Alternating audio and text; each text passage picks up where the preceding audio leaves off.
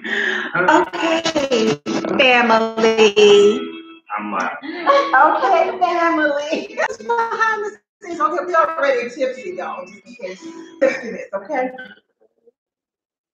Hold on, hold on.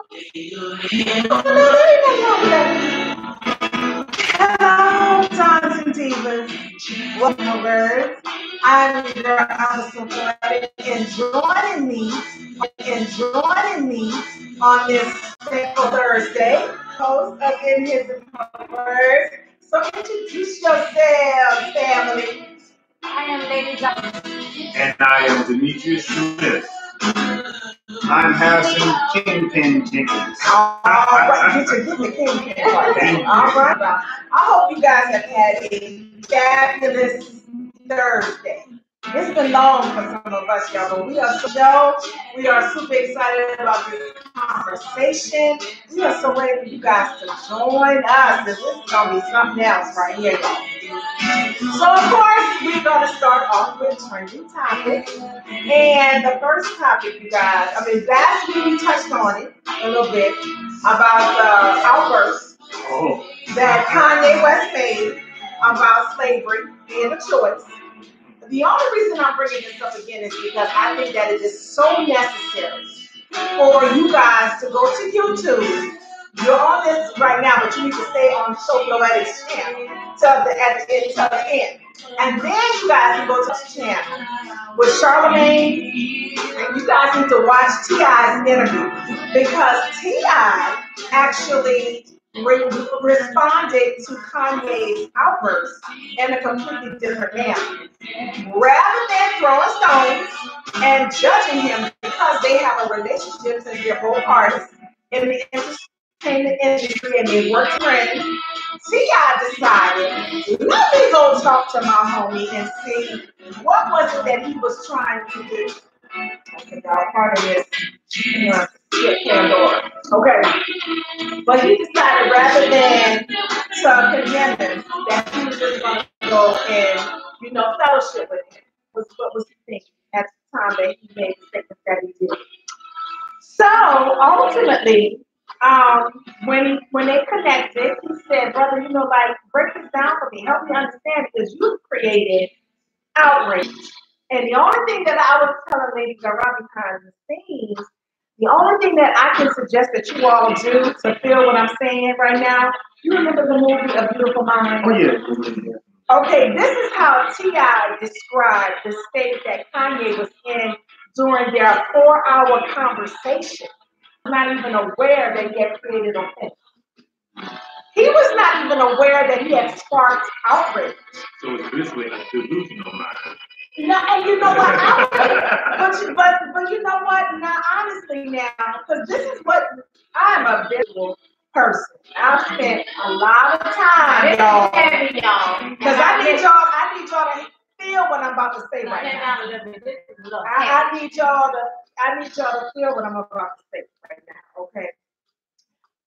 What I was explaining to the ladies around was when you begin to step away from religion, which a lot of people in my circle have done, and you begin to awaken and embrace the spiritual life, a veil that has clouded your judgment and created blindness, it rips. And then you have an expansion in your consciousness to where you begin to move beyond judgment, you begin to move beyond duality, you become spiritually liberated to where you're able to vibrate on that frequency of the divine, of the most high. You really have a mesh physical in your spiritual. So the way T.I. was talking about this conversation with Kanye, it was as if Kanye is in that middle process of ascension, but he's not all the way there. It's like he's beginning to tap into that realm, but because this is so not new, not familiar to him, it's coming across like this boy done slipped and bumped. And I'm gonna tell y'all something right now, personally about myself. When I started to awaken, my girlfriend brought me a tape called what was the Revealing the Beast.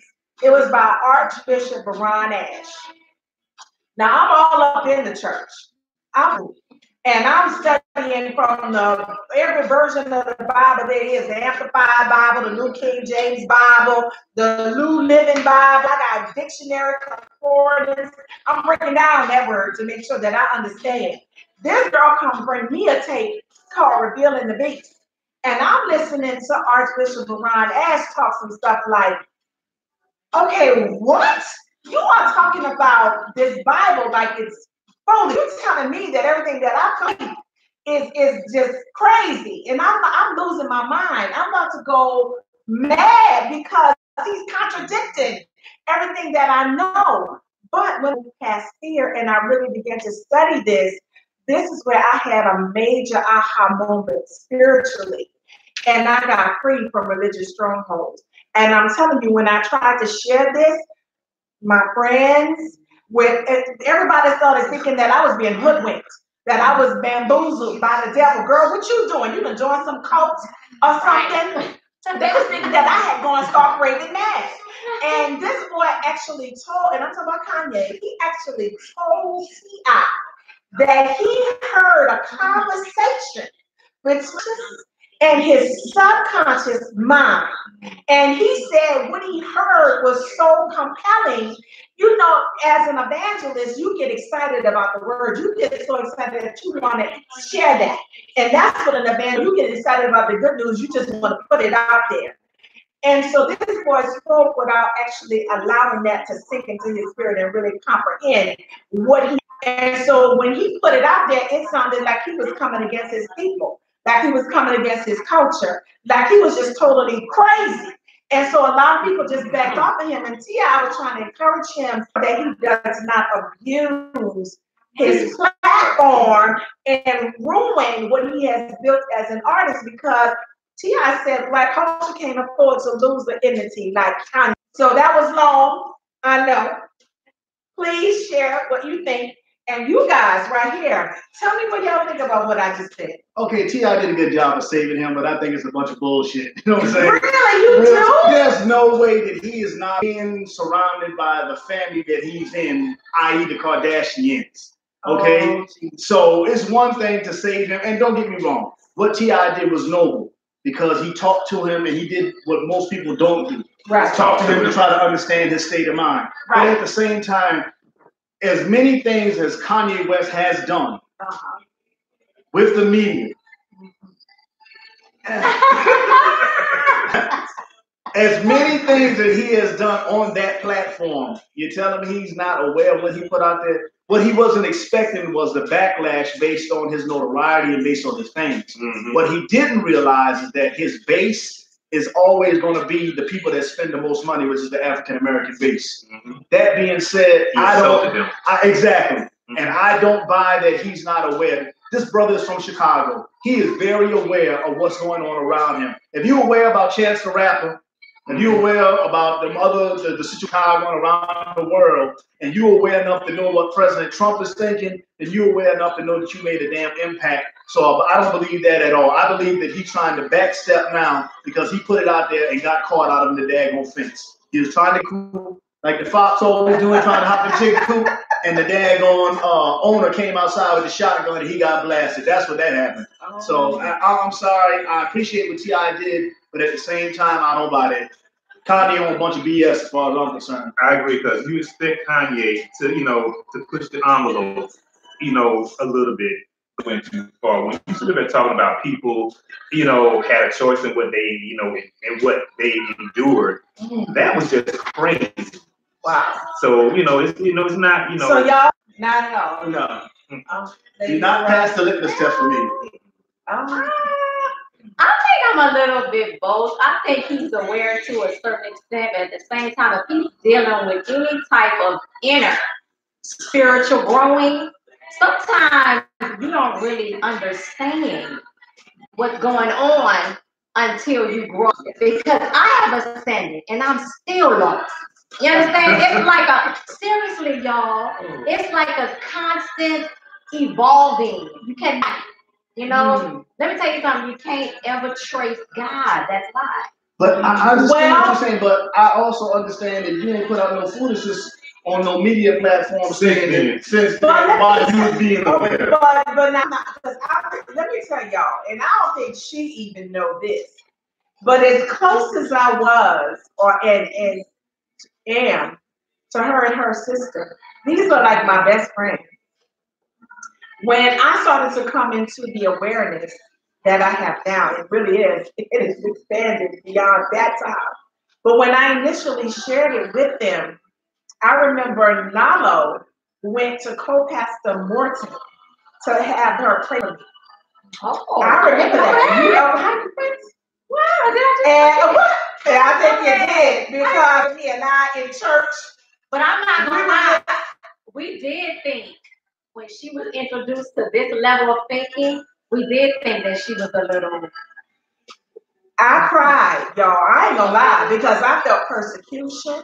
I felt, because let me tell you, when T.I. and even my students was looking at me like, Miss J, what you watching?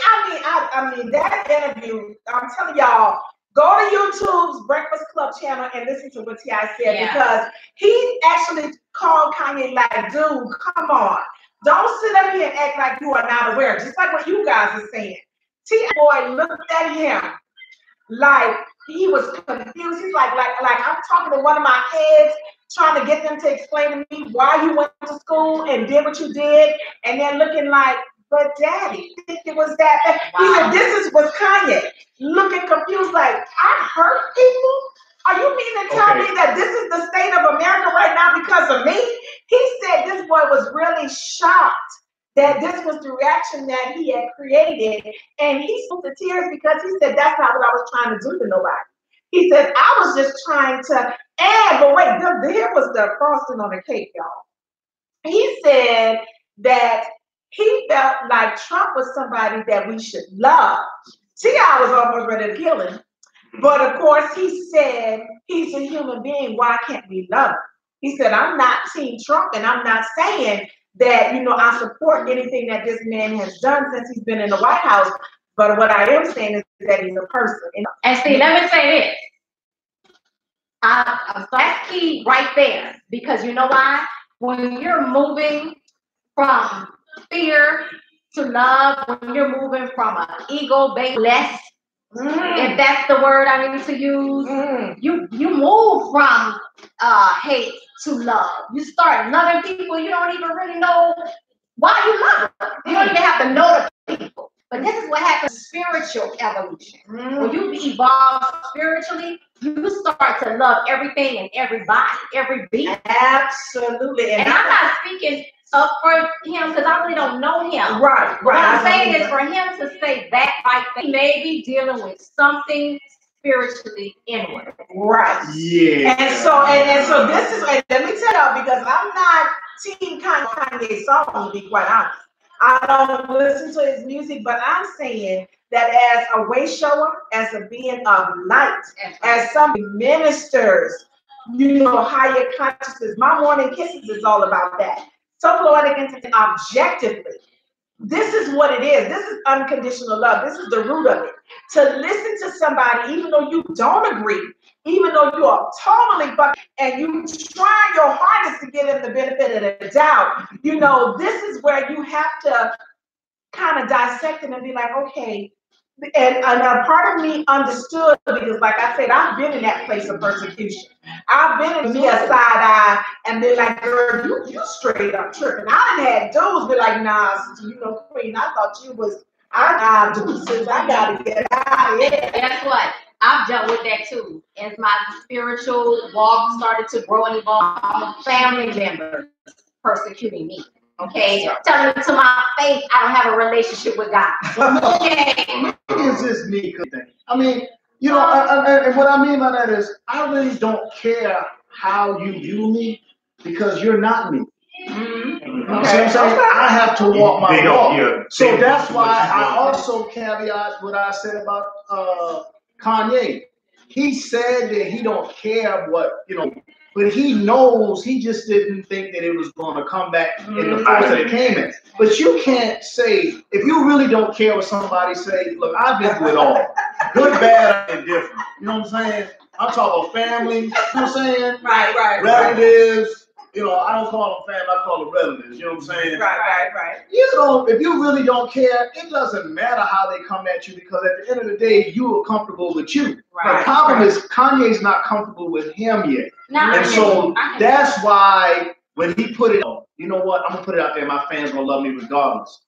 He wasn't expecting the backlash, so he's backtracking. But I really don't give a shit. You know what I'm saying? Whether you like me or not, I really don't give a damn because I'm not me for me. You know what I'm saying? Right. That's it. I'm me for me. I'm not me for you. Right.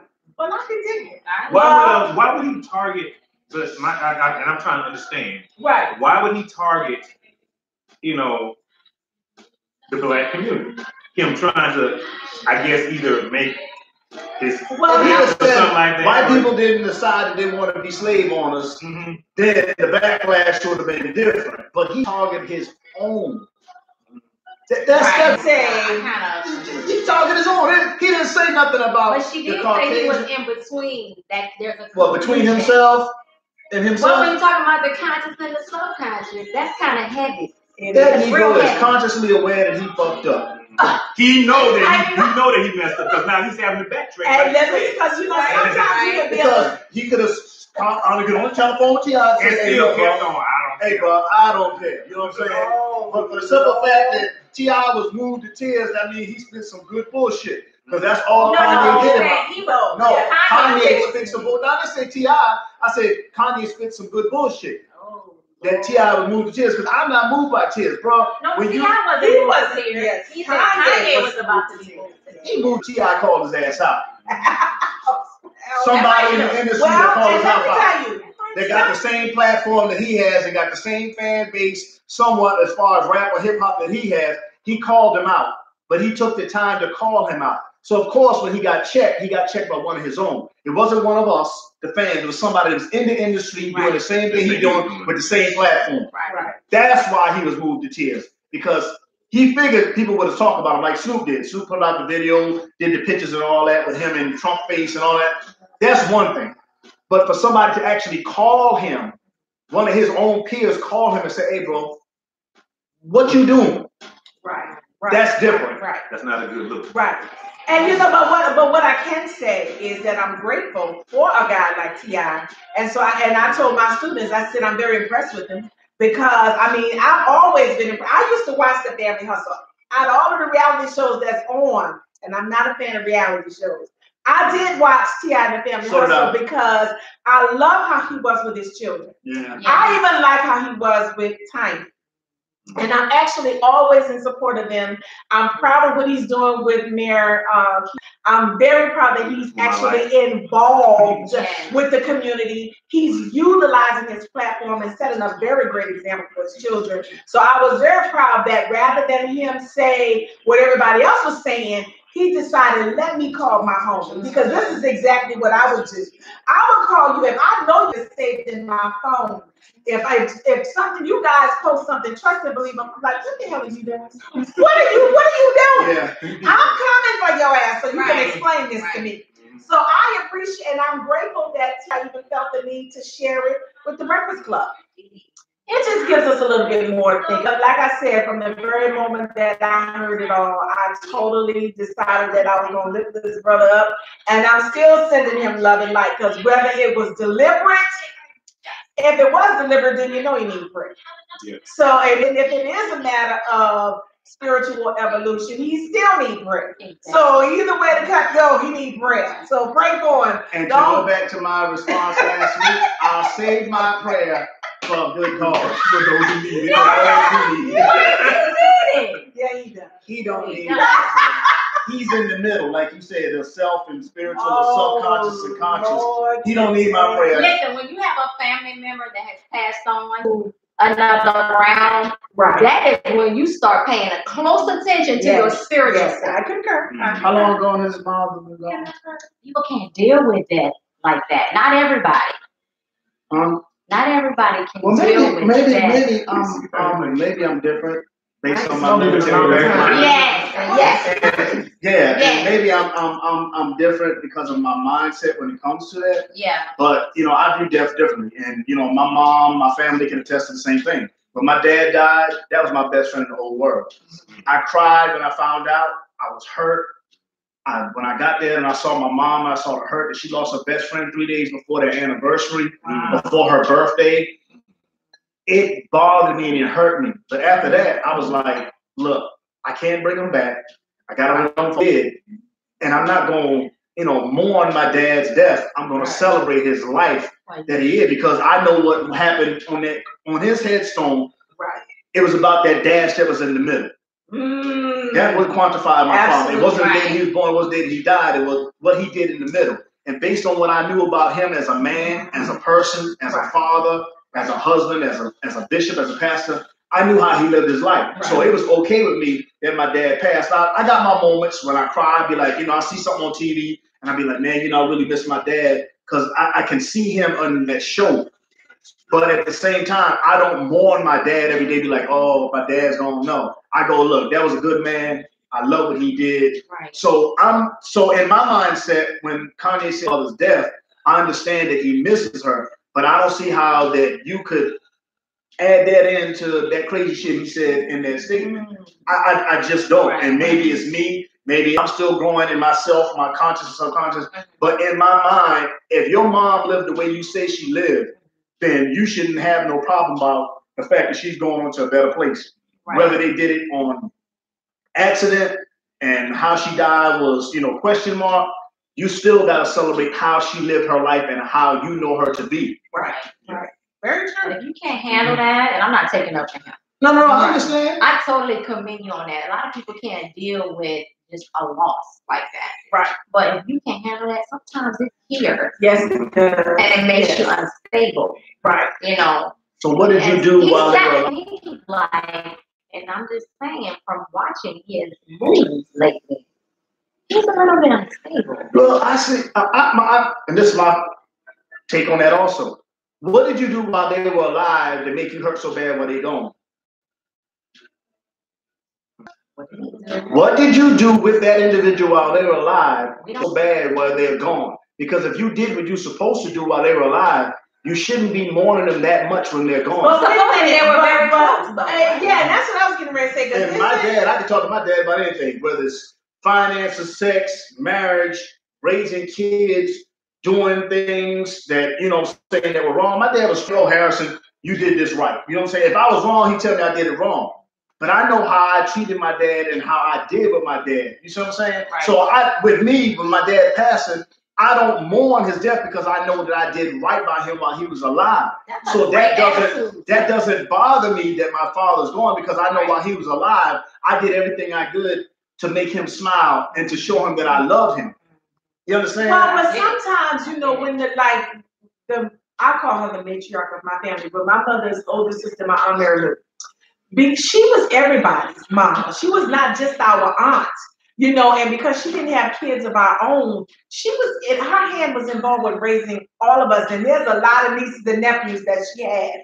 And if we needed her for anything, and trust me, she chastised, she corrected, and she was raw, all the way raw with it. And she's 11. And I feel her energy sometimes. Sometimes when I'm feeling overwhelmed, I think about what she would tell me in those moments and I miss her, and so I think that that's still a form of grief, because I miss her. I wish that she was here. She meant something to our family. Everybody, Aunt Lou rubbed you like sandpaper, but at the same time, we knew that she loved us. Some for us that like she did if it wasn't based on love. And so I do find myself feeling lonely sometimes, missing her, wanting to hear her voice, wanting to see her face and stuff like that. So I think that, grief, you learn how to deal with the reality that they're not in this physical dimension. But, you still long periodically for the closeness, and I think, wasn't Kanye an only child? I think so. Yeah. And so that makes it even worse. You know, when you're an only child, you don't have no siblings, nobody that you can reminisce with. And remember when I have no idea. But you know, when you got these, I mean, like I can call my brother or call my cousins and be like, girl, remember when Aunt Mary Lou chased my friends out the yard because she did that when we lived up in Maine. A lot of my friends from in front of our house from hanging out and loitering and all that stuff. But at least I got somebody in my family that has memories of her too. And when you got people that you can share that with a little bit better. So but he ain't got no. What cousins? Does he have cousins? I have no idea, but you gotta wonder why he's so angry and lashing out at Beyonce and Jay-Z. And he's lonely. His wife is right there. He's still lashing out because Jay-Z didn't do this. That ain't lonely. That's stupidity. I'm sorry. I don't go with that lonely bull crap. I go back to what I was saying. This Negro did not grow up in the world by himself. He got somebody that played hopscotch with or was on the monkey bars with that he can call and know him. We're going to disagree with this. Oh, yeah, we got to move on. We're going to agree with this. Because it is controversial. And when it's controversial and it gets heated, you can be on that subject trying to prove your point. But we're going to leave Kanye in the hands of the Most High. We send him love and light and pray that whatever it is, you know, if it's for selfish reasons, let me tell you, karma is real. And he will be dealt with one way or another. And if it is about his own spiritual ascension, then I just pray for him. So, and see, you know, Lord, we don't know. Who knows? We don't know. There's no way he came up with that by himself. Anyway, so we moving on, Lord. Okay, so I had a true-false question. And you guys out there can answer too. Oh, so my truth, because I was reading The Wait today by Megan Good and her husband, Devon Franklin. And I mean, that book came out in 2016, and I'm reading it again because, you know, I'm just in that space in my life right now. You know, that's not nice. Killer Cash, is that your name? Don't be talking about me like that. Oh my. Respect, damn it. Okay, so anyway, that's not cute. It's not cute. See, mother flippers, don't make me get to cussing your ass out. Okay, I will report your ass to you so you get blocked. That bullshit. Okay, okay. Sure, I'm boss. God damn it. True. Okay, you know what? Don't be co-signing this monkey ass. Don't be co-signing him. Shit. That ain't right. You ain't right. Hell to the no. Anyway, damn it. So. I see you. Okay, y'all may be wondering if you tripping on something. True or false? Something most people can't do. Oh wow. Okay, something most people can't do is deny themselves short-term satisfaction in favor of the big picture. Is that true or false? Oh wow. Something that we cannot do is deny ourselves short-term satisfaction in exchange for the bigger picture or in favor of the big picture. Do you get what that means with that saying? True. Do you think that that's true, that we all struggle with this on some level? Yeah, we all struggle with that. You can go relationship, you can go with job, you can go with finances. You know what I'm saying? You got some people that go, I want this now, right? And because I want it now, I'm gonna get it now, even though it's gonna affect my finances later. Right. You got people in relationships saying, okay, I know I have a good woman at home. However, she ready right now. So I'm gonna go with her right now. You see what I'm saying? And then I'll deal with home when I get back home. And then you got some people in careers that say, hey, look, I want to get to the top, but no matter how I get to the top, not thinking about the effect and the impact about all those that they have to deal with once they get to the top, based on how they got to the top. So you see what I'm saying? So I think it's true. So it goes in every facet of life. You just have to determine that inner growth thing is what I look at. You have to determine at what point do you decide that your short-term goal going to supersede your overall goal in the end. So I think it's true. Yeah. Okay. What about you, ladies? I don't want to say true. I want to say to the masses, I agree with him. That's true to the masses. But to those of us that are deeper than on another level, I don't want to sound exclusive, but I'm saying like spirit being versus a human being. When you have managed discipline? Yes. Spiritual discipline. Because I think with everything, spiritual is the groundwork. Me, spiritual first. Everybody don't think like that. I think spiritual then physical. Right. But I think when you when you get on that level, you start to value your inner being. You start to feel like, you know what? That sounds nice, but that right there. So I might wait on that. Whether it's a job, a man, whatever it is, a woman. You know, yeah, she's nice and all that, but I know what I've been through, so I'm gonna wait on that chick right over there. The gold, the platinum. I'm not gonna settle for that. I'm with you. The short term is just a quick fix for something that you shouldn't even go to. Right. Exactly. Focus on your goal. Focus on the big picture, the final thing, and there should be. And that's to a level of maturity when you done raise your self-awareness. It is. Higher consciousness. I didn't get there. You don't get there overnight now. Don't. I'm not saying that. Oh yeah, I woke up one morning. I was like, yes, that little short term. No, 10 times out of 10, that short term will lead to long term unhappiness. So the best thing to do is just wait for the happiness and kill the short term unhappiness. Because that quick fix is just that. It's a fix for that moment, for whatever it is, and then you're ultimately going to be unsatisfied with your decision. And unhappy. Yeah. So. But you definitely speaking to a group of people. Oh yeah. Oh definitely. When you say truth, it's true. I mean, it's true. But you have to be aware. You have to get yourself to that point. Because some people don't care who they're gonna hurt to get to. I want to be the boss. I want to be the CEO, and I don't care who. You know, with that mentality, not realizing that karma is a bitch. Okay. What? I don't play with that ever. Well, then, that's the difference between the chief executive officer and the chief. Wow. That's true. Okay. Because anybody can be a president, i.e., look who we got in office. There you go. You ain't never lied about that. Now that's some true business right there. But what do you symbolize when you're in that position?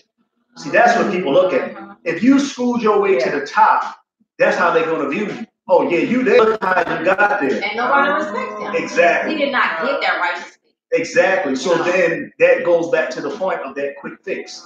You wanted to be in a position so bad that you would do whatever to get in that position. Now that you're there, now what? Exactly.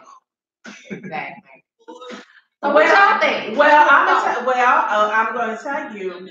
I told you I actually bought the weights when it first a couple of years ago, and I went digging for it because I'm in the midst of doing self-love.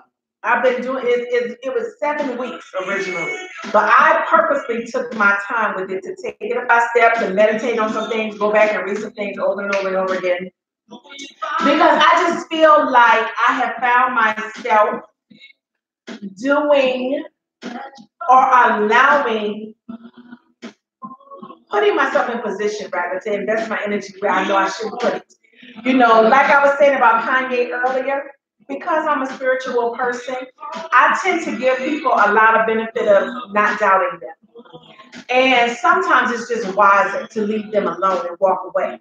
But I feel like because of who I am and what I was called to do. And so even when my spirit is telling me no, I'm still finding it difficult to say no. And so I will spend time with individuals and on subjects that I shouldn't. But I just feel like I'm trying to put my to align with allowance and acceptance. If it is for me to allow, then allow. If it is not, then don't, and be okay with that. I'm still in that space of, feeling some amount of conviction if I reject you. Because as a person of light, being a way shower, knowing that I'm anointed and I'm called to operate on a certain level. If I just turn you away and I feel like I could have done something, I don't want to be haunted by that.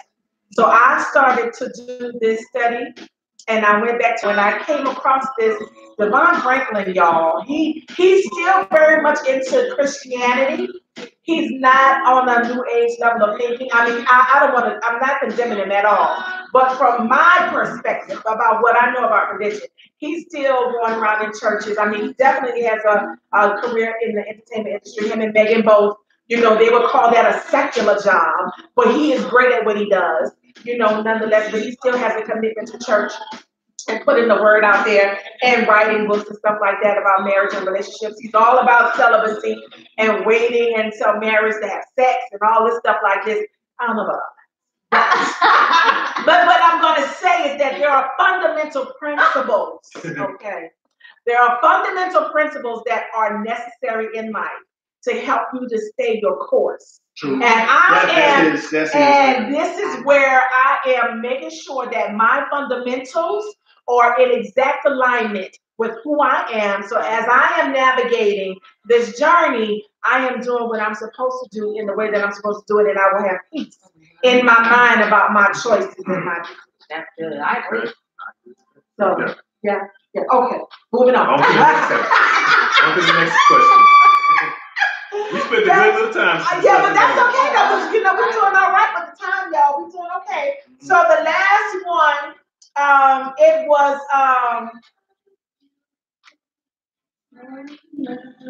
sex being taboo. In our culture, sex is taboo or not. Soon as we say titties, ass, coochie, il nana, punani, and all this stuff.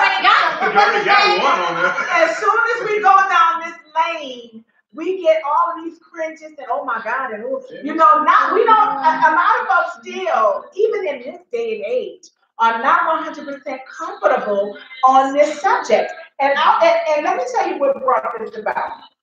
Because I was telling them behind the scenes before we went live that May was National Masturbation Month. Okay. And when I posted this information in my group, my dear good friend Rome, Andre was like, what? He put the what with the big old exclamation mark. He was like, what? And then he had the crying laughing face, right? So I went back to the post, and of course I said, that was my initial reaction at first too. And this information came from Beducated. We're going to talk more about them in a second. But this came from Beducated.com. Yeah, that's my site. Okay, I love Beducated. No, for real. Bed, like the bed you sleep in, they match the word Beducated. And let me tell you, because we need to shake this stuff now. Exactly. Because let me tell you something. There's too many people in the closet. There's too many people on the DL. There's too many people afraid to embrace who they are sexually because they are afraid of judgment.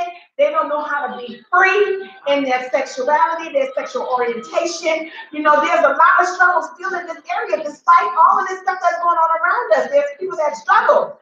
And so I posted this because, Andre's reaction made me go back to the post, as I was saying, and I explained that my initial reaction was surprised too, but when I read the article, this was to help you to know yourself, to know what pleases you. If you meet a man and he comes and asks you, so baby, tell me what you like. You have to be able to tell me. And if you don't know what you like, how you gonna tell him what you like? Because he gonna spend time exploring your body and he gonna figure it out. But how about you save the time and spice up the foreplay and bring it on down? Because this gives you an opportunity to make it exciting, to make, you can add some things in there, and just take it to a whole nother level. You know what I mean? And so this is where, I just wanted us to be able to touch on this and say that it is okay. It is totally okay. If you like porn, if you like to masturbate, you love talking about sex, if you just want to put it on out there, pleases you, what excites you. You know, this is not sinful. I love that Devon Franklin says this in The Wait. There is nothing sinful about sex. There's nothing shameful about sex. It's so taboo in our home. Oh, don't talk about sex. Don't talk about what you like. Right. Don't talk about, well, hold on. Yes. How are you going to be in a relationship with somebody if you can't expound upon your own inner desires with that individual? Like, that leads to such a boring and such a confined sex life where 9 times out of 10, you're going to look for what you want somewhere else. Yes. You can't, there's nobody that's going to be happy in a relationship if they're not getting what they want out of that relationship, out of that friendship, out of that marriage in a sexual manner. You can't do it. A lot of people say, well, I got a sex buddy. I call this individual up when I want to have sex because I know if I want, you know, to have relations with them, right? On the sexual matter, oh, I don't believe that you're having sex with that person right there. Hold on. They're going to be with that person that relieves that for them. You know what I'm saying? What kills me? Okay. How is it that when you're in a relationship, how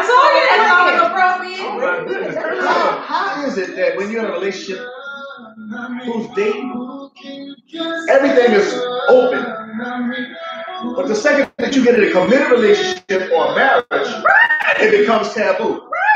No more pictures, no more watch porn together. You can't dress sexy for one another.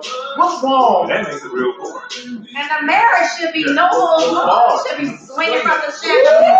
You know what I'm saying? I'm serious. Like, where does that? Because you got the prize, now you forgot to do what you did to get the prize. Thank you. You know what I'm saying? It's trickery. I'm gonna need y'all ladies to stop hoodwinking these fellas and being all sexy before the marriage, and then you just shut down after the marriage. And not only that, women, I'm gonna need you to keep your sexy lingerie on 10, 20 years in. You're sexy. Don't be putting on them grandma drawers when you marry and expect your husband to stay here. Talk about it, girl. No. Understand, sex is spiritual. Yes, it is. Okay, so the person, you gotta step shift your mind. There's a change about sex. Sex is sacred and spiritual. You should be doing all kinds of things with your husband to make him stay fine at home. And not out with a mistress and out of the other. If you're doing everything and you got a grounded and centered man, it should be on and pop. There's no fantasy when you got the reality at home. Exactly.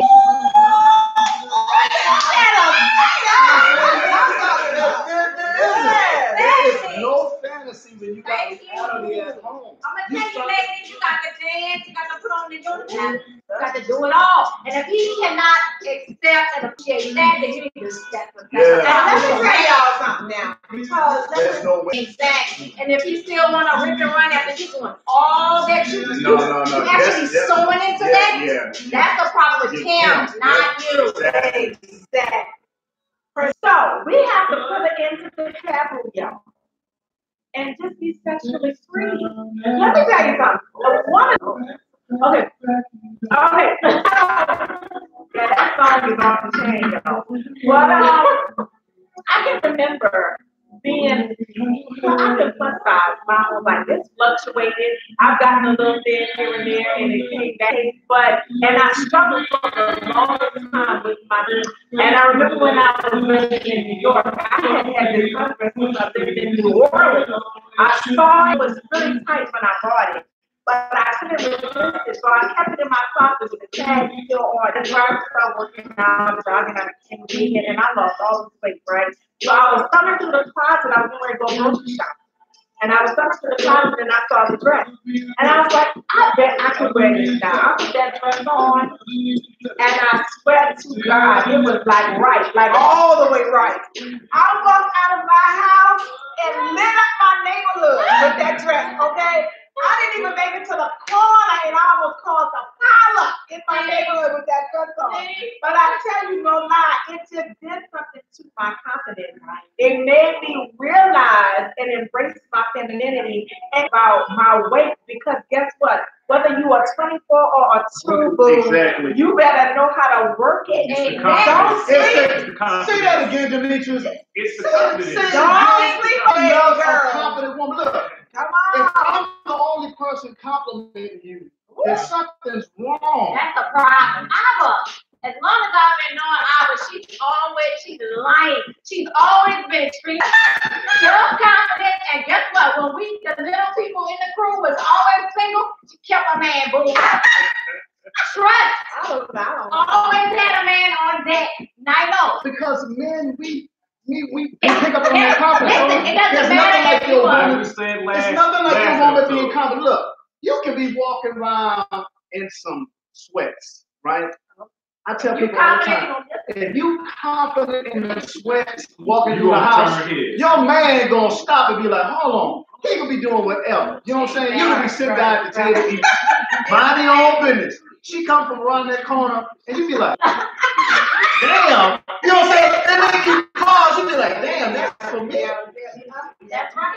You know what I'm saying? That's for me. And when she walk out, I thrive on that. You don't be like, I don't want nobody looking at my woman. Hold on, player. Let's get the real. Let's be real, right? I love it when somebody looking at me. I love it. You want to know why? Because it makes it look. A woman needs that. She needs that look from that guy. She needs to know that she's still desirable. She's still wanted. That's right. If you her, then she starts thinking what it is about me that I where I originally had as attention. Oh, wow. Why do I want my woman to be all covered up in them damn long skirts and grandma drawers and neck collared up? And then when I walk in with her, I'm looking at the female in the sundress. Right. That to me, that is so freaking hypocritical. I want my woman to be the same thing that I want to look at. Look, when you're walking down the street and your woman already got that on, what is there for you to look at?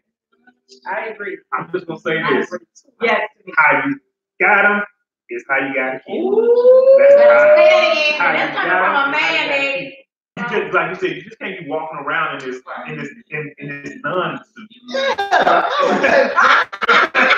Nobody want that hair always wrapped up, body always covered up. You know what I'm saying? Not doing your hair, granny draw. Look, let me tell you something. This is a fact, right? I will burn every damn pair of granny pants except for 5. 5. You want to know why? 5 days of rest. I'm giving you that time to come on the granny drawers. After that, take that shit and put them back in the drawer and their little separate area. Or put them in the car. I don't care. But don't put this shit in the drawer where I can see them. Because I don't want to see them doing the regular day. And it don't matter if you are 1 or 1A. Exactly. Like she said, the sexy starts with the access your ocean. Yes. You gotta get your self-confidence going. Yes. And let me tell you an easy tip that helps me do that. Because we always saying, well, you need to love yourself, self-value, and self-worth, but we don't never tell you how to get to that place. Let me tell you, I did, if anybody read the book The Secret, I read the book, but you can't just read self-help books. You have to actually do the work. And quickly, I just did a journal in The Secret of 30 days, writing what I admire about myself. And I'm going to tell y'all, it took me 3 days to figure in that season what I liked about myself. 3. I was like, what the hell? I can't find one thing because I didn't have no self-love. But let me tell you something. In that 30 days, damn it. Yes. And I just pursued it and I kept going. By the end of that 30 days, my hand wouldn't stop writing. I went to 45 days. And I felt like all of that in a bag of chips. Tell me, wait, this stuff works. Get your eyes and say, I love you. Okay? Access that inner goddess and bring her out. And then guess what? Nobody can touch. Kiss your ass. Kiss it real good. Kiss your ass. Bend over, baby, and tell them lick where our twins You know what I'm saying? Look, man, I'm serious. You can be from a 1, you can be a 0, up to 24. It's how you feel about yourself, the way somebody else gonna view you. Saying when people are like, well, I gotta lose weight so I can be like her. What the fuck make her so special? Yes. What is she buying? Okay. But guess what? The little people feel like, oh, we ain't got enough butt, we ain't got enough. Exactly. It's always something because they tell you it's something. Oh, I want to look like Beyonce. I want to look like Kelly Rowland. I want to look like this right here. Why can't you look like Gabrielle Cinnamon? That's the girl. That's going on everybody. I know you're just joking. Precious. She brings on Empire. She didn't have that gastric bypass. She had gastric bypass. But she was really good. But I'm healthy. I'm not an advocate for unhealthy. No. Because you can love yourself and still be healthy. Guess what? You can still be over. That's why I don't like Monique. Listen, they got people. Because she a hypocrite. But wait, listen. You see them do headstands. Yeah. That's why I don't like Monique. She a hypocrite. healthy. She always talk about skinny women. Remember? Her platform, you skinny bees, you skinny bees, you skinny bees, you skinny bees, you skinny bees for years. Oh, we big girls, we big girls. When the last time you see her talk anything about the big girls and all that? You know why? Because she wanted to be that, and she couldn't figure out a way. And when she figured out a way, then she left that platform. I call that hypocritical. If you're confident with being big, then be big. But why you gotta be, oh, you skinny bees are the reason why we done? No, boo-boo. Stay with your platform. If you like big girls, be big girls. If you like skinny girls, be skinny girls. Whatever you like, that's what you like. There's something for everybody out there, and there's somebody for everybody. But don't hit me with the hip. You know what I'm saying? Be you. You know what I'm saying? I've always loved chocolate plus size women. Yeah. I like light skinned girls for a while. I tried it. I was like, well, that's really not my flavor. I know me. I like chocolate. I like what I like. Exactly. There's nothing wrong with me liking what I like. If you don't like it, like I told you before, I really don't give a shit because it's not for you. It's for me. So you gotta understand who you are as an individual. Stop trying to please other people what they think you should be with. You know what I'm saying? Oh, the light skin like dark skin, the dark. If you like a light skin, a skinny woman, a light skin head, big woman, that's what you like. Don't conform to what somebody else tells you should like. It's funny how people do that, and they're so unhappy because they're trying to please everybody else except. They don't know what they like you said. They don't know what they like. And I've always been the big chick in the group. But guess what? Always going with the they say that, but I don't remember it like that. They always say that. Where's my people on deck? I'm telling you. Because most men, whether they admit it or not, they like sapiosexual. They're all. Most men are sapiosexual. Intellect drives them. She's always that confidence, and that conversation is what attract most men to conversation. If you don't have a conversation, he just trying to hit. Men. I'm very mental. Yeah, I can't. You gotta be able to hold a conversation on different levels. You know what I'm saying? If you can't hold a conversation on different levels, that I'm 43, about to be 44. That 17, 18, 19-year-old hit it and go on. I need you to be there. Right. I need you to be there. Like literally, I need you to enthrall me during and after. Because prior to, I'm thinking about what you're gonna be at afterwards. Exactly. All right, great. And then marriage. Here's the cool thing about marriage that I think where people go wrong, right? They try to change to please the other person. To please the other person in marriage rather than being who they really are. You gotta stay true to yourself in order for you to be happy. Now you got I said this 1,000 times. In marriage, you got your good, bad, and your indifferent. Everybody got that. You got your time where you're gonna love that person, and you got that time where you can be like, man, I don't know what the hell I was thinking about. You know what I'm saying? Because they getting on my bad nerves. You know what I'm saying? And then there's gonna be time like this is the most beautiful being in the world. But you have to understand that. You have to be true to that. Right. Most people aren't. Right. And that's the difference. Unconditional, good, bad, and different. You don't say I love you for this moment. You say I love you through thick, thin, good, bad, and different. And that's the only way a marriage will work. I don't care how you slice it. I don't care what somebody else tell you. I don't care what your sister tell you, your brother tell you, your mama tell you. If you're not true to yourself in a marriage, case in point, right? Remember we had a conversation about marriage, right? And we had a conversation about the things that you do in marriage and the things that you don't do. And what is your role in the marriage, right? A lot of people don't have that conversation. Like, what's your role in the marriage? What's your role when you're dealing with that other individual? You know what I'm saying? Way right or you wrong? They're saying, are you listening to yourself? Oh, this is good. This is tied into our. Because this is a segue. You see what I'm saying? Yeah. Because that's what I honestly feel like. I would never, ever, 1,000 years admit that I was wrong in marriage. Right. Never. Never. You know why? I'm the man. Right. I got it all down. I'm just as wrong as two left feet. Right. Until I started listening, Yes. then you can't make it work. Now, I'm telling you from my own experience. I'm talking about whether we side by side, Right. or whether we apart. Communicate determines a lot in the marriage. Very true. Face the men out there. Tell the men that. Real talk, bro. It's like on some real stuff. I'm just keep it real with you. How you communicate in a marriage determines if you're gonna have a marriage or if you're gonna be by yourself. Don't let nobody tell you what to do in your marriage. That's gonna be contradictory between you and your spouse. The second You should never bring anybody in but, your marriage. what? Oh man, let me tell you something. There is nobody on your side in her family when she go to them. There's nobody on her side in your family when you go to them. You gotta keep what y'all do between y'all, because at the end of the day, that's who you land, that's who you gonna deal with, and that's who you gonna spend your life with. Right. If you're not doing that, then you messing up. Come on, baby, over here saying that. Okay, he's 22. Talking about that. You know what I'm saying? But that's real talk. And I'm not telling you from nobody else's experience. I'm telling you from my own. You can't make nothing work involving everybody, and mama ain't gonna help you, daddy ain't gonna help you, because mama and daddy, they doing their own thing. And you don't know what they did to get to where they at right now. You gotta decide what's best for you, and the hell with everybody else. Otherwise, you're gonna be by yourself. Bring it on. Did you think? Okay.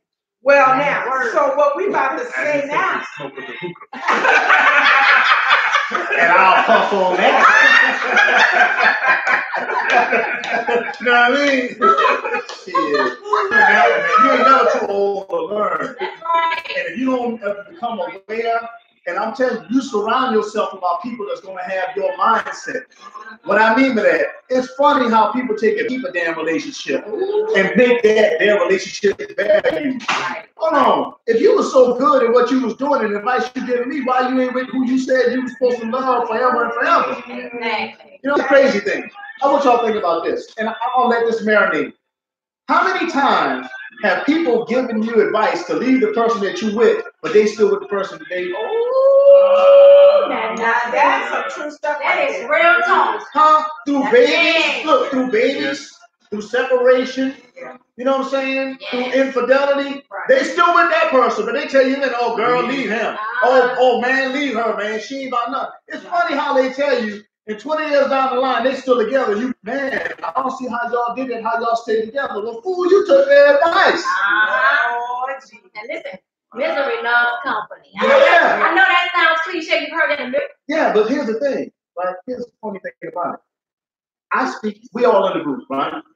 I speak negative about my wife to you, right? When you see my wife for the first day, we friends, we family. You will have a negative perception. Yeah. You want to know why? Because I'm friends with you. Right. Exactly. My God. You should never, in my opinion, when you're in a marriage, that woman or man should be your best friend. Never compete. Yeah. You should be together. Yeah. You and your man or woman against the world. You Exactly. don't speak ill of your wife or your husband.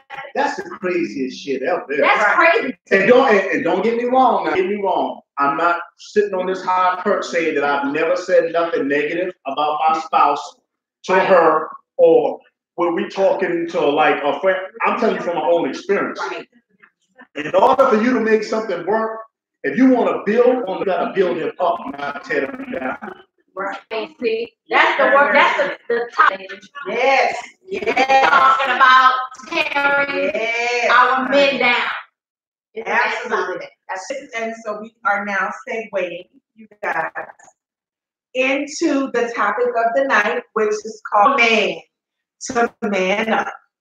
Now, I mentioned the site called Beducated. Now, I'm interested in joining that site and just perusing the information there. I tell you, it's worth it. It's Bed You Sleep In UK, beducated.com. Okay, so I came across an Shiva Up. your man. So just in case you don't know what Shiva is a Hindu god. I came across that saying. I was, I've been part of educated for like about 3 months. Okay. So I came across that too. That's crazy. Like, that's crazy. Yes. So Shiva up your man. When I started reading it, I was like, OMG. So of course, the first thing I do, especially when it's controversial and I know it's going to create heat, I put it in our Facebook group, and we have it is in her words Facebook group, right? So the second I drop that link in there and I ask the Dons and Divas to give me their feedback, it caused confusion. And mostly from the sisters, because they was like, why is it that pop culture puts it on us to help him get right? If we gonna get out here and we gonna do all this self-work and we gonna do all this to lose weight, to find our spiritual selves, to align, and then find self-happiness, self-love, whatever, what's wrong with him that he can't get up and do this to himself? So, I'm not quite sure. Well, I don't know if I'm not quite sure. The ladies that spoke on this in my group were, like I said, they were outraged because they're like, okay, you know what? No, there needs to be something that tells the brothers how to do it for the sisters as well, that they're going to make this our responsibility. So I figured, why not have us talk about this with you guys? And so Shiva Up Your Man was basically, because, you guys can agree, I'm sure, there's a lot of sisters out there that are posting, I'm a goddess, I'm a queen, I will not allow myself to accept a toad as a man. You're going to come up hither, you're going to bring it all away, or you're going to step out of my face. I ain't got time for you. And so the author of the article, Shiva Up Your Man, was basically saying that when a woman has that type of perspective, she's basically emasculating this man. Because you have found evolution, you have found ascension. Does that mean that you now look down upon this man like he's beneath you? Yes. Yes. And so, okay. I'm gonna go ahead and come on with slide on in there. Come on, let's go. I'm gonna tell you how I slide in Let's there. go. Do you know that in 1970 there was an undisclosed act that was decided by the government, right? It was 4 parts to the act. The first part of the act was they wanted to push education, all right? And then because they wanted to get independent entrepreneurs, i.e. plumbers, carpenters, electricians, brick masons, and men that had their own businesses, farmers. They wanted to push them out because they were becoming independent, and the black household was making a lot of money. If you look at 1970 and look at where we were at, we were making a lot of money per capita compared to other nationalities. So that was the first part. So force them to get an education, a piece of paper, which incurs debt when they get out of school, so they're already indebted. So they have to get a job to work into a system that's not designed for them. So they're always an indentured servant per se, because they have to pay off those bills and they have to do the home. Okay.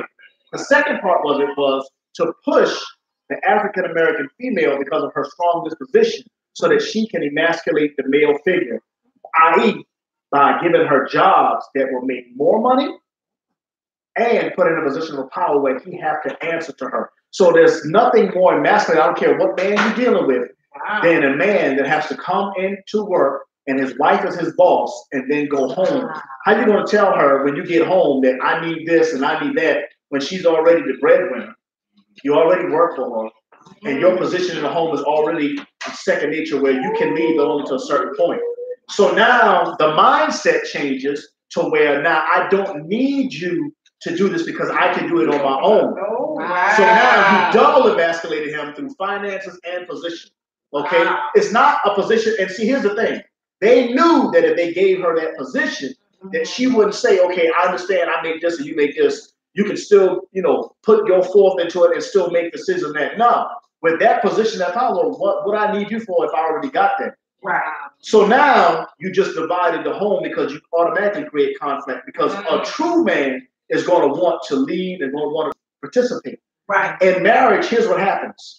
When that man cannot make that money, or say he falls on hard times, what's normally what happens with the female? Does she want to take over the bills? She takes over. Take over, control. Okay, and when she takes over the bill, what happens to him? falls by the wayside. It seems like. Wow. Into a position of the first thing she said when he goes, "Hey, babe, I want to do this right here." Oh, you want to spend all the money up when you know you're not making this amount of money.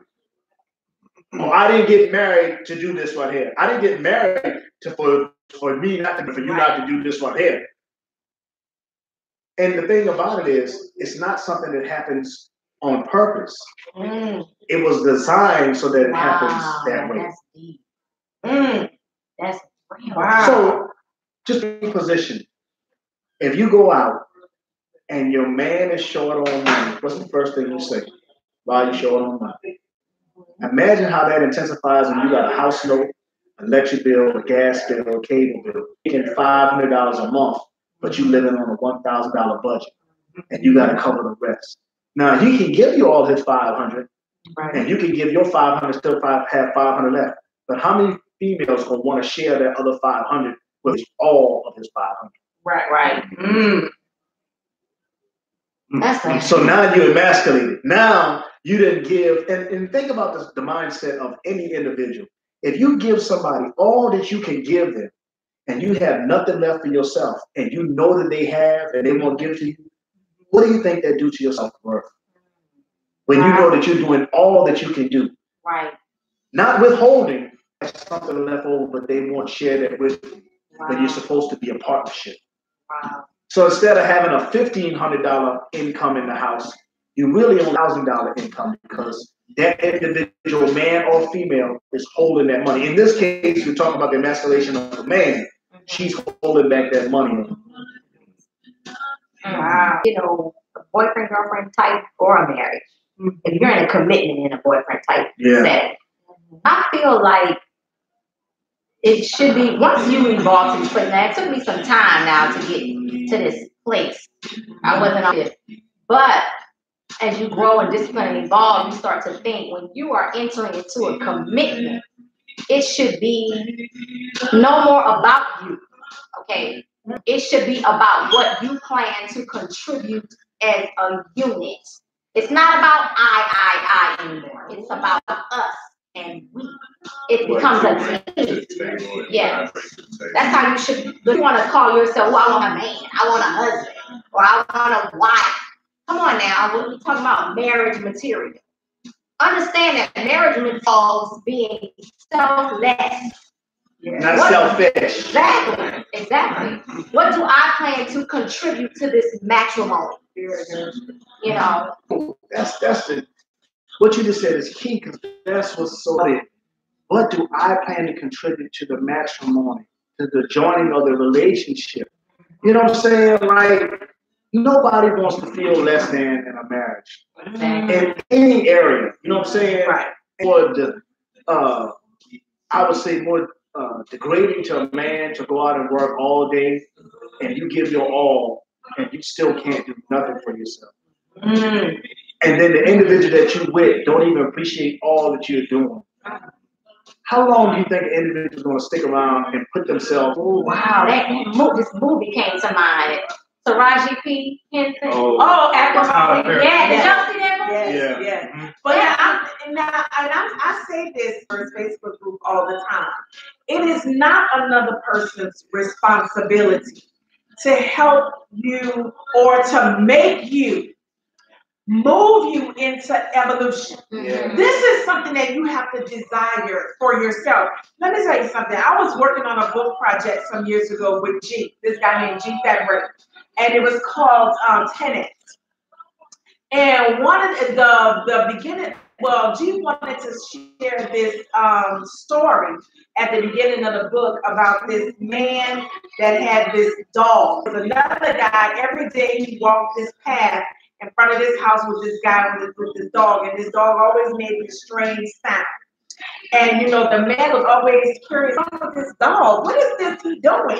And so one day the guy, you know, he did this several times, you know, every day going back and forth, and this dog is doing this moaning or whatever. So he finally stops one day and asks the man, what's up with your dog? You know, what is this? It sounds like he's moaning, like he's in pain or something. And the owner says he's laying on a nail. And so the guy was like, So you just gonna let him just gonna be on the nail like that? You're not gonna do nothing? He was like, well, when he gets tired of it. And so I'm telling y'all, it is as simple as something like that. When you get tired somewhere, being in a particular state, whether it's a dead-end job, where it's isn't going nowhere, whether it's church, and you know that pastor ain't doing nothing but spitting foolishness. What the scenario is, when you are tired, you know how to elevate yourself. You know what you need to do to take yourself to a place of, and it seems as though it is the sisters that is out here jumping into, I'm going back to college and work on my master's degree. I'm going to purchase me a home. I'm going to, it seems like the sisters is jumping by leaps and bounds and claiming their place. And society, pop culture is having us think that we're leaving our men behind and we're emasculating them. I don't believe that there's the case, because just like there's that is doing phenomenal things with their lives, I'm witnessing brothers become more chivalrous. I mean, now if they are gotten to the 40s, you know, early 40s, and they've gained some experience and they gained some understanding about their needs and even their own personal needs as men, they have decided that they want more, that I want better. I want to actually represent myself as a king, because that's exactly what they are. They are kings. You know, and a lot of brothers are starting to realize their value and their worth as well. And so this is what they're demonstrating to the ladies. They're chivalry dead. I don't believe chivalry dead. I know way too many brothers in my poetry circle that are gentlemen to the core, and they treat you like ladies when you step into their presence. I get that from this one all the time. Ken Warner, Harold Outley, frankly speaking, you know, they're all the same way. They're about holding open doors, pulling out chairs, walking you to your car, making sure you're good. And this is just how they are. This is their nature.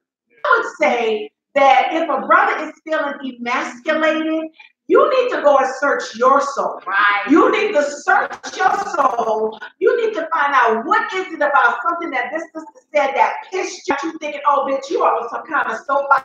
You gonna look down on me? You know, before you take it there and get ready to go toe to toe, search yourself. See, going on. Here's how you know lack of growth.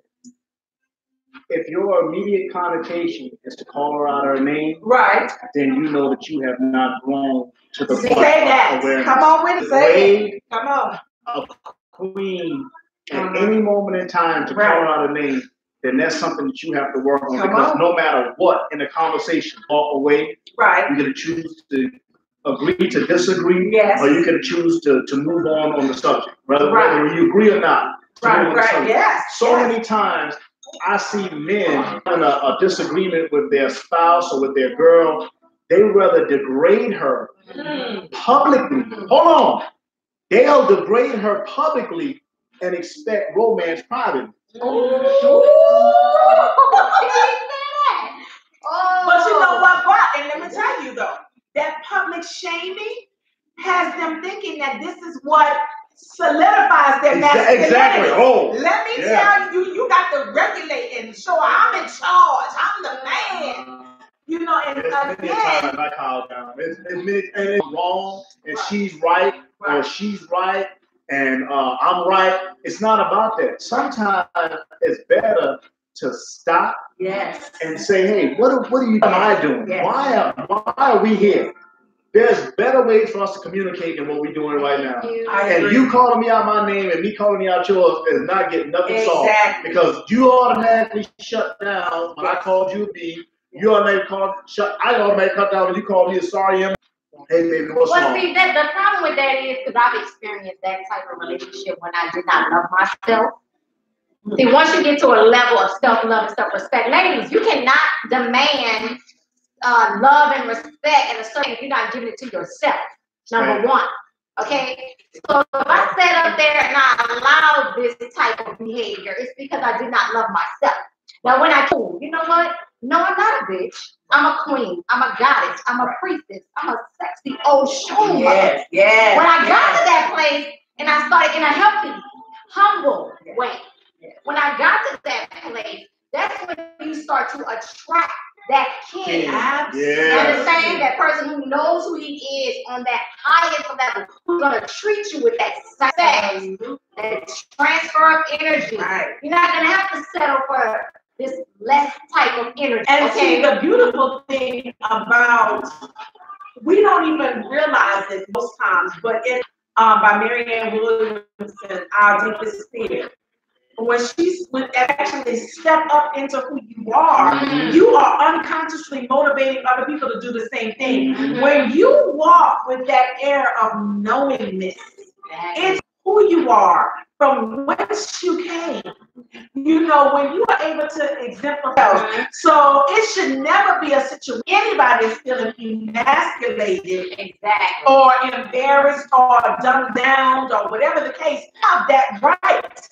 You have that same ability to take yourself superior. Again, this goes back to you and healing that.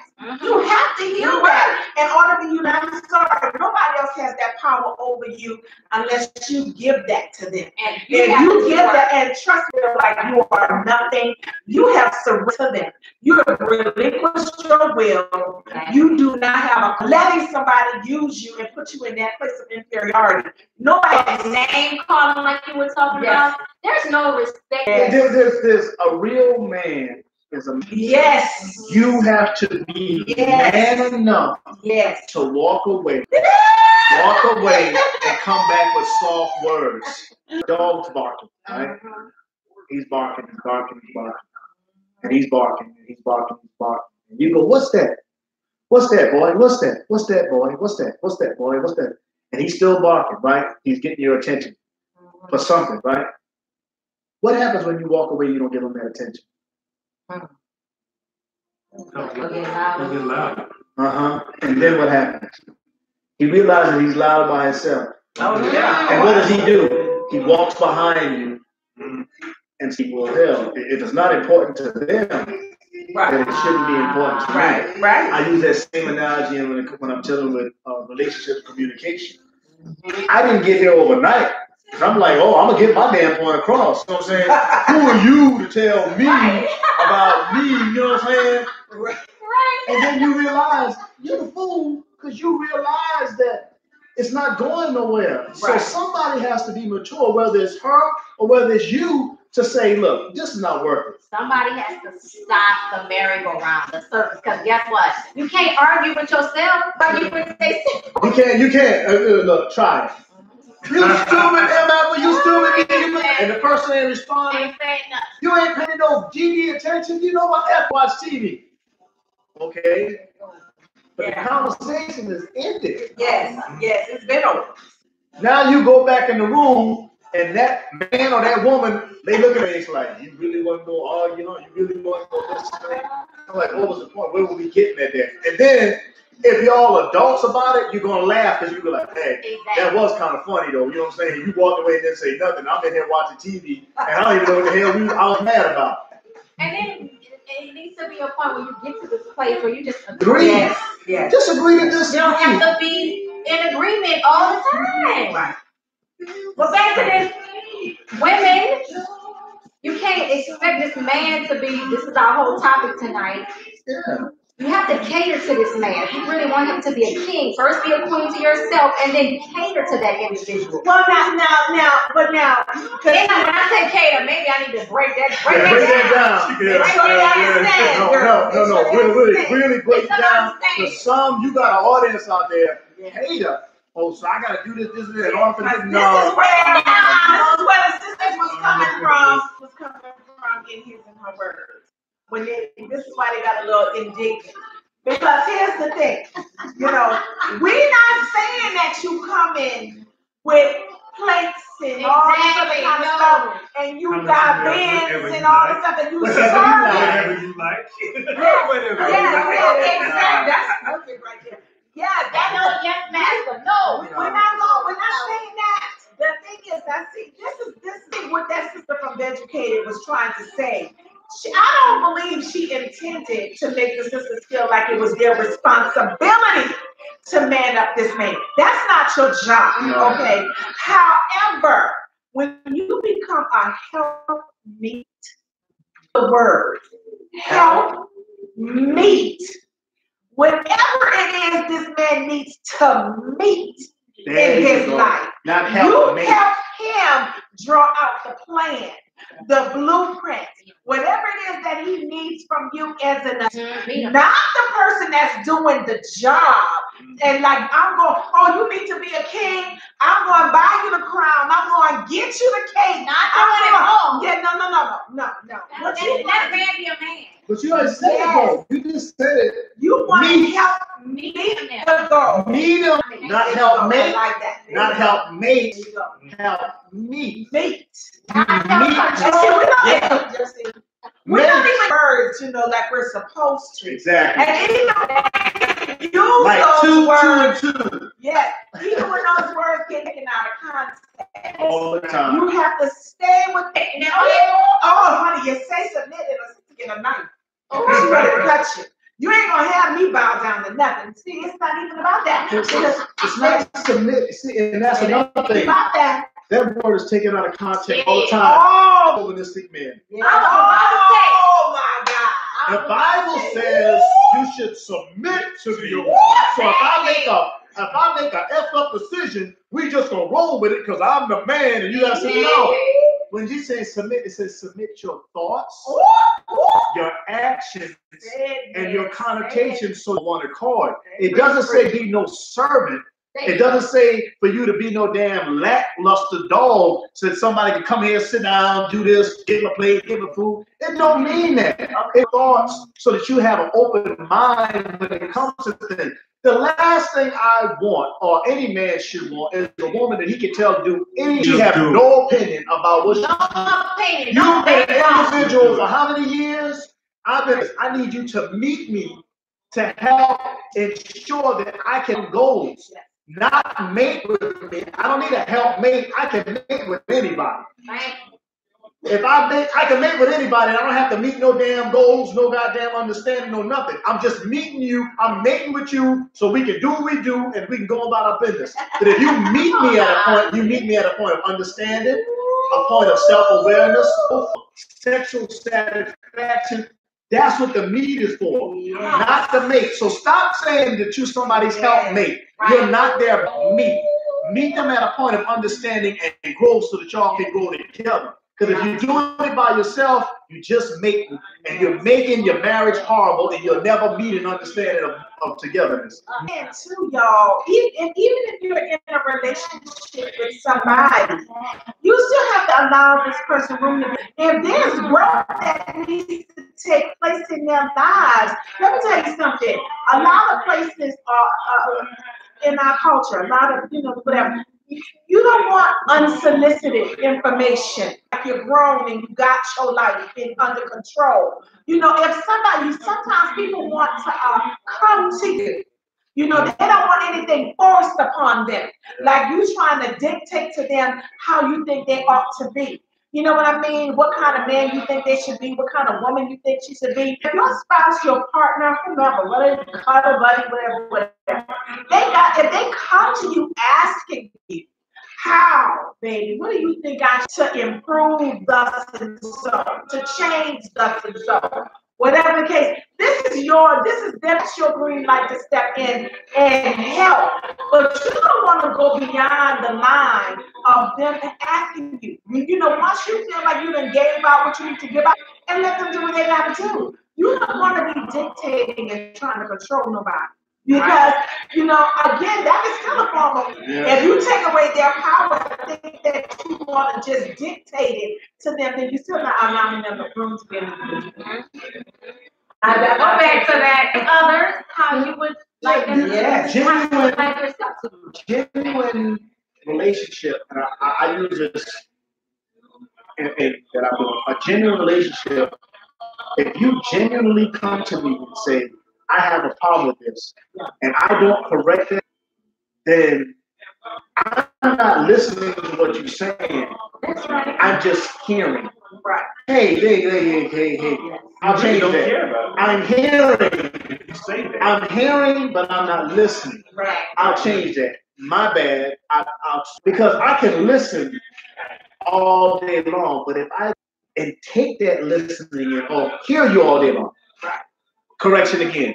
If I hear you, then you know what I'm saying. I hear. Okay, you talking. Yeah. Right. Okay, I will say this and that. Yeah, that sounds good. But if I listen, you know what I mean. I'm taking time to understand. And regurgitate it back. That's key. We talked about that last week. Yes. People don't understand how important it is. If you want to stop emasculating a man, and he comes to you and say, "Baby, I really have this issue I want to talk about," and you be like, "Oh, he just trying to control me. He just trying to think. He just trying to say this because I said this." No, if he genuinely said, "Baby, I want us to work on that," if he's being genuine, he's not gonna do that often. That means it bothers him to the point where he's genuinely gonna express himself. Put that no more. Baby, please don't wear that no more. Baby, please don't do that no more. You know what I'm saying? Stop talking to your girlfriend about how to keep a man. Exactly. But I'm with you. You gotta let them be them. You know what I'm saying? I'm a firm believer. I believe in girls' trips. Hey. I believe in guys' trips. Yes. I believe in, hey, look, go do you and enjoy yourself and enjoy your time. It's not taking nothing away from me, but as a woman, you did those things prior to me, so why are you stopping them now? I hate when guys go, "Oh, she can't do nothing unless we do it together." What is that? Like, literally, 24 hours of the day, I gotta be up on you like this, 24 hours a day. When you get involved with yourself or get in tune, should I say, with yourself, you need that. Yeah. I'm gonna caveat that though, because I was that guy. Way. I was that guy. See, and that's what I'm trying to tell y'all. I can tell y'all from my own experience. I was that guy. I want to be around my wife all day. You know what I'm saying? Oh, you don't do this. You don't. Hold on, dude. Relax. Right. You know what I'm saying? People show love in a different way. Know their love language. There you go. And that's a whole nother night. Love languages. Like, you gotta know that person's love language, what shows it, and your actions speak louder than you. You have to be consistent in your actions. You can talk all day I'm telling you from my own experience. You gotta be able to show that person. You know what I'm saying? And that's need to see that. They need consistency. Listen, that's one of the questions you need to ask when you're that. What's your love language? Yeah. Ooh, that's something you really gotta study. That's some true stuff right there. Yeah. You cannot. So at the end of the day, because we gonna wrap it up, y'all. At the end of the day, when it comes down to somebody have the power to help somebody man up or woman. The conversation isn't that good to the moment. Well, this is what happened last Thursday. This happened last Thursday. We went on an hour. We went beyond an hour. That is beautiful. I'm just saying, it's amazing when you start. So should we give us an hour? I don't know. What y'all think? Maybe we need to ask them if y'all can give feedback. I'm gonna tell you right now. I gotta drive, so no. It'll be a 3-way conversation, so I can get home and do some studying, self-evaluation. Yeah, honey, I get up early. Yeah, and I get on the phone, and you know what I'm saying. Hey, babe, what's going on? That's me. So y'all can feedback on. You know what I'm saying. It won't be a feedback, but look.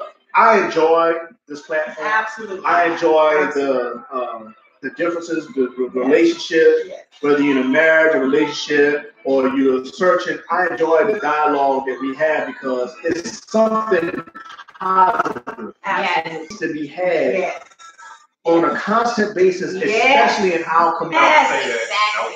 And our community is where we lose it at. I'm gonna tell you something. I saw Childish Gambino. America, he got this new video on. I haven't seen it yet. I want to see it. You need to see it. Okay. Asada told me, she said, honey, look at Childish Gambino, this video. She said, because it says a lot. The video, just to give you an overall synopsis, he had all this nonsense going on in the front, but in the background, you see what actually is going on if you pay attention. The face. Pay attention. Watch the video. You can't watch it just once. You have to about 5 times, and you will see how the way it is right now, he is depicting it from religion to politics to police brutality to the African community. Wow. And that's what cut me when I first saw the video. I was like, I'll be doggone. Yeah.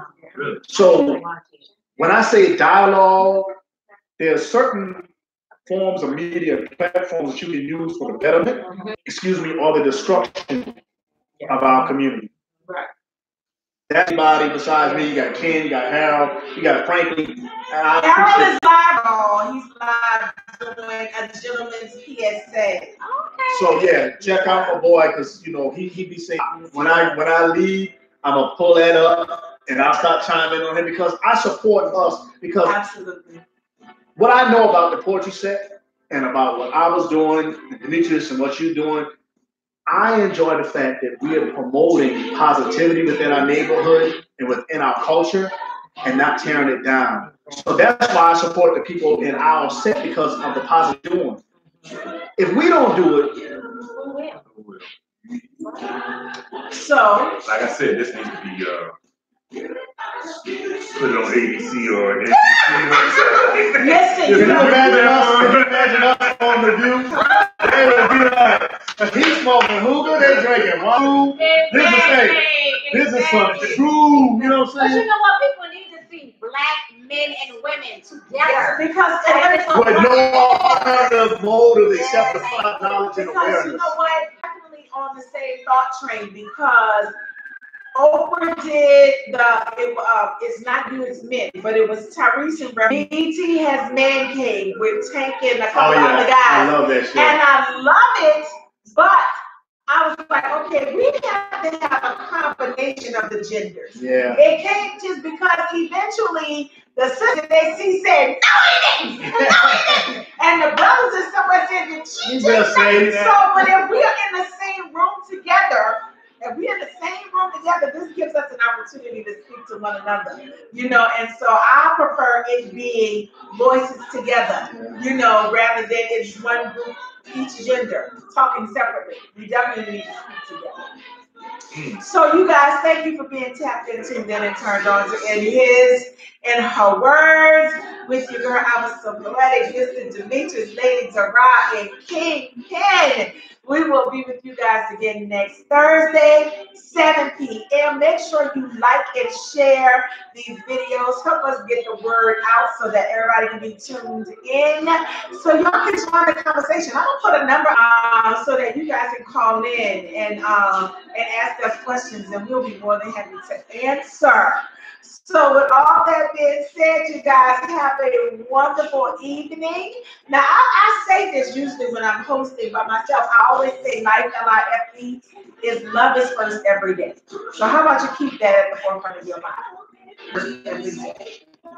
So just